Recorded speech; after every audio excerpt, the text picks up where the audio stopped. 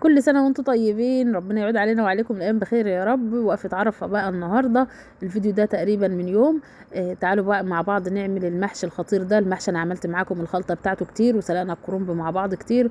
وتعالوا نشوف هنسقيه ازاي. طبعا هسقيه باللبن كالعادة زي ما انتم متعودين معايا. تمام. انا عملت الحلة الكبيرة دي لان والدتي كانت جايه تفطر معايا. شايفين انا عينت كوباية لبن كده لان كنت رايحة اعمل مهلبية، وهعملها معاكم في حلقة الوحيدة مفصلة يعني في نفس اليوم ده. فشلت كوبايه لبن على جنب كده للمحشي، بيديله طعم وريحه خطيره. تمام. طبعا دي الشوربه بقى انا هسقيه بالشوربه. انا بعمل بالطبق الكبير ده ليه؟ لان الكرنيب او المغرفه بمعنى اصح هقعد اشيل بيها يجي 50 مغرفه على ما اخلص الحل. فالطبق ده بالنسبه لي منجز يعني، على طول بيخلص معايا الحله. يعني ممكن مغرفه كمان او طبق كمان او نص طبق والحله خلاص تبقى كده عقدها مظبوط.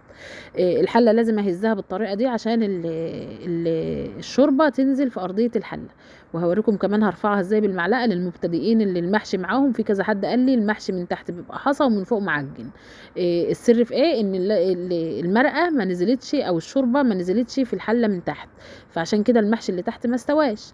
فانا بعمل الحركه دي عشان اوصل اهو، مفيش صباع بيبوظ ولا حاجه.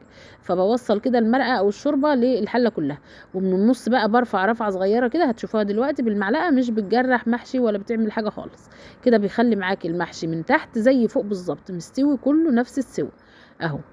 كده انا وصلت خلاص المرقه لتحت، يبقى الحله تمام. شايفين حتى المرقه عامله ازاي؟ ما عادش مرقه خالص اللي كانت باينه كتير قدامكم دلوقتي. هحط له بقى ايه، يا دوبك اغطي جزء بسيط من الوش وخلاص اهو. وطبعا الملح بتاعه مظبوط، وكنا صايمين طبعا في اليوم ده. فهغطي عليه بقى واسيبه مع نفسه كده يستوي. وفي الحله اللي انا سبكت فيها عملت شويه بدنجان كانوا عندي بقالهم والله اكتر من اسبوع، وكم قرن فلفل كده عشان يبقوا ايه موجودين معايا بقى ايه، يبقى محشي مشكل يعني. فهغطي عليه برضو وهسيبه يستوي. بملى نص البدنجانه بس، المحشي بادئ يغلي اهو. هلف الحله عشان يغلي من كل النواحي. وده طبعا بيغلي اهو. ههدي عليه بقى اسيبه يغلي مع نفسه على الهادي كده. شايفين بعد ما استوى ما شاء الله حاجه كده عظمه من الاخر يعني. هقلبه بقى في السرفيس الطويل علشان يبقى في نص السفره كده مع البدنجان والفلفل اهو. انا بقى ايه علت عملت قعر للحله لان ولادي بيعشقوا الارضيه بتاعه المحشي، وسبتها لهم في الحله بقى كده ايه اشيلها لهم في طبق لوحده.